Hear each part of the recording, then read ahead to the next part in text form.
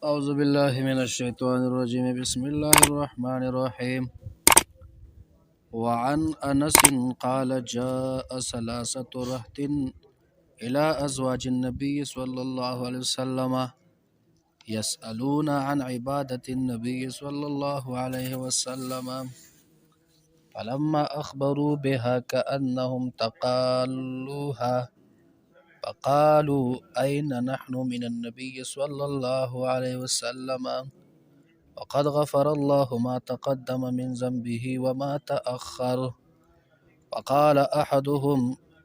أما أنا فأصلي الليل أبدا، وقال الآخر أنا أصوم النهار أبدا ولا أفطر،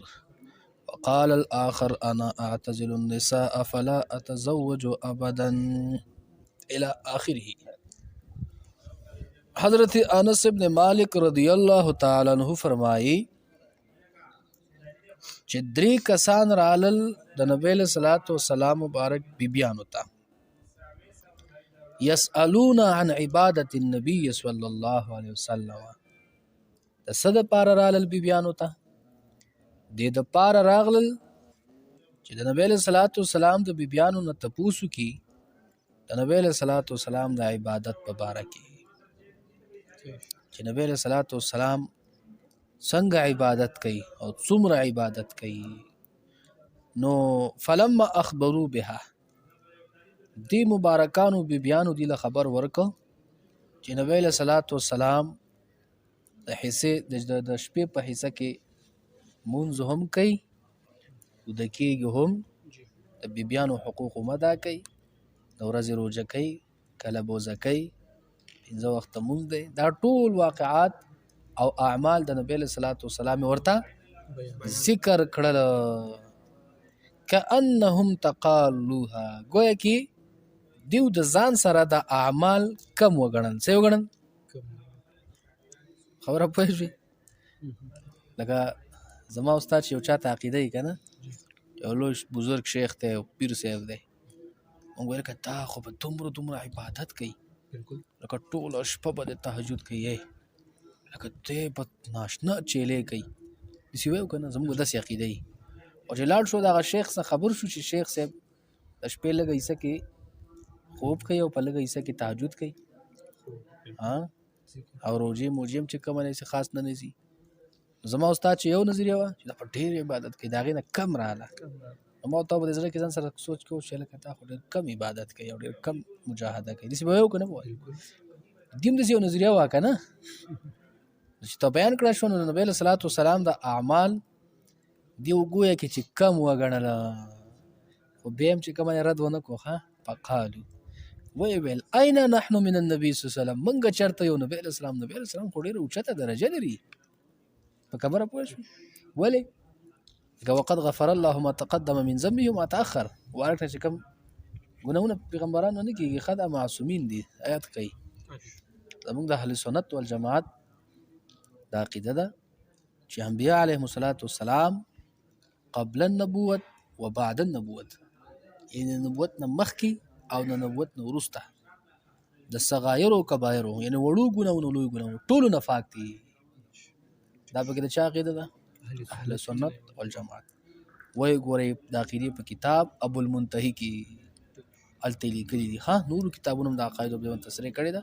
د عامة بالفرض مثال په طریقه ذکر کړ چې انبیا د نبوت نه وروسته مخکې وړو لویو ټولو ګناهونو نه پاک دي.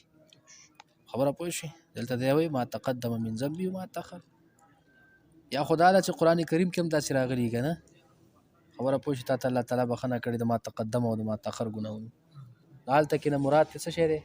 د امت ګناهونه او خطایانې دي که نه. نو دوی هم د قرآن کریم دغه الفاظو موافقت وکړو، د قرآن کریم د الفاظو شان الفاظ یادا کړه. خبره پوه شوې؟ هلته کې مراد مفسرین د هغه آیت کریمونه هغه اخلي. او یا دا چې خلاف اولا کوم هغه سرزش چې ته نه کېږي که نه، نو هغه لغزشات خو د انبیاو نه واقع کېدی شي، ممکن دي که نه، د هغې هغه عفو ته مراد ده. یا لکه به دې خبره زما په واده شوې، دا مې ته ځکه وویله چې دا سوچ درته رانه شي چې لکه دې کې خو راله چې الله تعالی ورته مخکني وروستني ګناهونه معاف کړي نبي علیه السلام ته، نو چې معاف کړي دا خو د عصمت الانبیا د عقیدې خلاف نه شو. د خلاف نه دی ښه هغې مې درته څه وکړو توجیحات وکړو چې یا ترې د امت ګناه مراد ده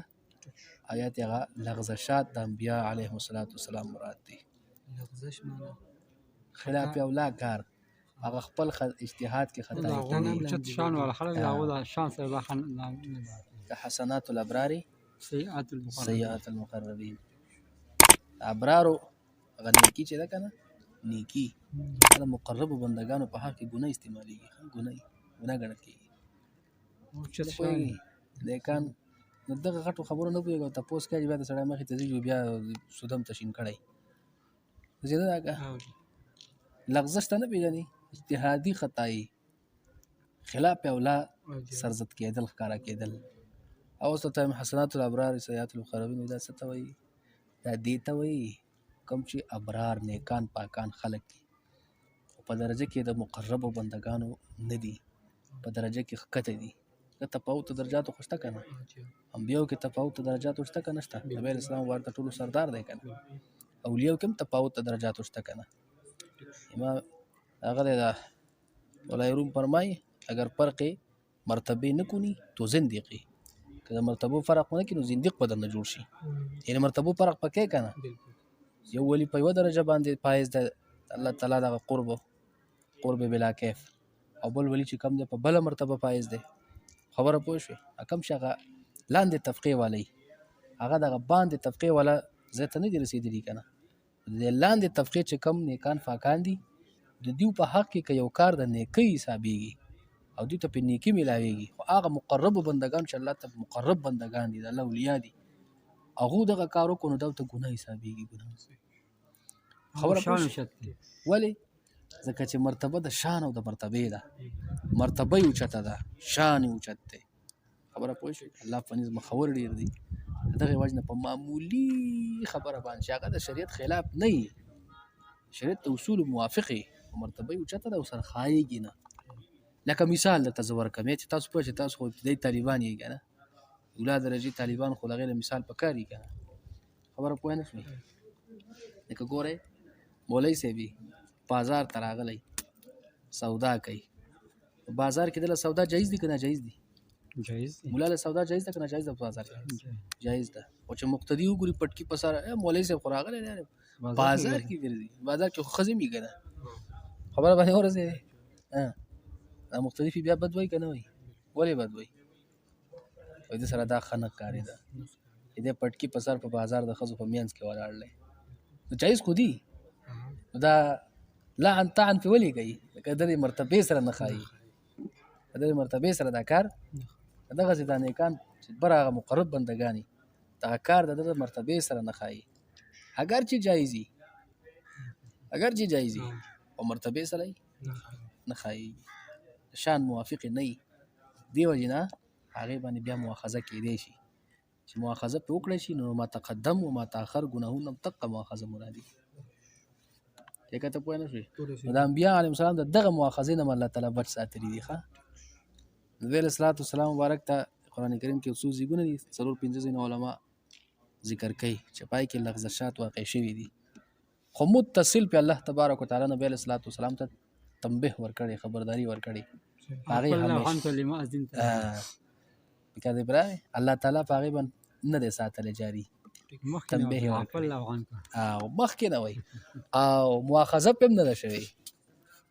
زما به خبره پوه نه شوې هغه دا وه چې هغه یو غنیمت کې یو مثال درته پیش کوم قیدیان راغلل که نه په یو غذا کې نبي علیه السلام مبارک د صحابه کرامو نه مشوره لې چې دې سره څه وکړو چا مشوره ورکړه چې یاره دا آزادول پکار دي څوک وایي دا وژل پکار دي ابوبکر صدیق صاحب پکې مشوره ورکړه دا آزادول پکار دي دوی نو فدیه واخیستی شي ځکه اهل اسلام او اسلام کمزوري دي غریبانان دي د فدیه ترې ښه ده عمر رضی الله تعالی عنه ویل نه د دې دا څټونه پرې کول پکار دي د کافران دي که نه د نبي علیه الصلاة والسلام رای او د حضرت ابوبکر صدیق رضی الله تعالی عنه رای موافقه وه آیت متصل د عمر رضی الله تعالی عنه د رای موافق راغی او نبی علیه الصلاة والسلام ته فدیه اخیستې وه او خوشي کړي وو الله تعالی چې کوم د متصل آیت راغی چې دا د نبي علیه السلام سره نه ښایي چې د دې خلکو نه فدیه والي تر دې چې دوی ښیي نه توی کې به یې ځمکه کې هغه دغه څټونه والتې مراد دي کافران ده که نه او الله تعالی ورته څه وکړه عفا الله نو الله تعالی ته عفو وکړه کنه عفو د مخ کې نشوي دا او تنبیه ورسته ورکول کیږي دا تنبیه ځکه ورکړی شو چې په دې اجتهادي خطای باندې نبی علیہ السلام قائم او دائم پاتې نه کړی شو که زما خبره پوه دا ډیر عمیق باز ته بوتلم او دا ستاسو د معمولی سوال د لاسه او دنه په دې کې دومره خبرې وس پرتی دي چې آیا نبی علیہ الصلوۃ والسلام ته لا وحی نه نازل شوی نو د وحی نزول مخکې اجتهاد نبی علیہ السلام ته ثابت ته کنه ثابت اجتهاد لکه نبی علیہ الصلوۃ والسلام ته چې کوم دغه درجه د اجتهاد شته کنه شته خبره پوه شوې او بیا دغه اجتهاد د نور صحابه سره موافق مخالف کېدی شي کني شي کېدی په نور صحابه کرام پای به منل چې کوم لازم دي کني دي لازم دې لپاره چې کوم تفصیل لپاره بیا وګوره اصول سرخسي او اصول بزدوی خبره پوه شوې او دغه رنګ چې کوم مکتوبات امام رباني رحمت الله علیه او ګوره پای کې به پوره تفصیل شوی دی او که زه بیانوم نو ټایم نه ځای کوي ټایم نه ځای کوي څنګه څه پوه شوې که پوه نه شوې هو خاجي قبضه نشو خانو د نبی صلی الله علیه وسلم د عبادت متعلق د تپوس کولو نو چې ته بیان کړې شو دوی ګویا کې کم وګڼو منګه چرته یو نبی اسلام خدای الله یو لو برکزي دا انسان او پیغمبر دی هغه مبارک خو دغه سه مرتبه د چې ما تقدم او ما تاخر هر څه ته معاف دي کنه نو موږ خو کده درجه ولای نو خو ډیر عبادت کول پکار دي ګوره عاجزي وکړه حالانکه هغه عبادت هم کم ګڼلې دی خو هغه په څه محمول کړه په یو نیت حسن باندې ښه خدا الله پیغمبر دی که عبادت مطلب دا هغه سجده ټول دنیا را عائشہ بس هغه ظاهر کې دې وکړه کنه خیر دی که عبادت کبي مې خو هغه مبارک شان ډیر اوچت دی فکر دې راغی الله ته ډیر قریب دی مونږ خو د سینې په کار مونږ خو ډیر عبادتونه پکار دي مونږ څه پکار دي بیا دی وی او پکې فرمای یو پکې وای قال احدهم اما انا هر چې زېم فاصلي الليل ابدا یو ټول شپه به عبادت کوم زه به ټول شپه څه کوم بس ورور زما په بل څه کارم نه ټول شپه په ولاړې به الله عبادت او خوبونه مونږ به کې نشته ښه او بل پکې ویل چې زه ورور ټول ورځ روزای ما ټول ورځ بسې ما او دا سمودهر دی ته وای چې فاصله همینس کې نه ونه بس روزه به ما او بس روزه به ماتوم نه او بل پکې ویل چې انا اعتزل النساء بس زه خو به ودونه نه کوم مولا فلا اتزوج ابدا بس سرم نکاح نه کوم خو زه نه جدا یم جدا به زندگی تیروم نو ګورې ټول تاسو عمل کولای شئ ټول شپه بس عبادت کوم بل به ټول ورځ روزه نیسم بل ویل کړه خو زه نه وسګم جدا اوسېږم استاد د پاره جون پدې کې څه شه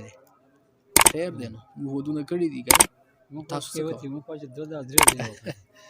او کنه الله پاک دې دا توفیق مونږ ترا کې چې سنت نبی علیہ الصلوۃ والسلام مبارک پوره کو او څلور بیبیانې د خیر او عافیت او د دین په تابعداري کې اعظم د ټول خدای نصیب کړي وای امین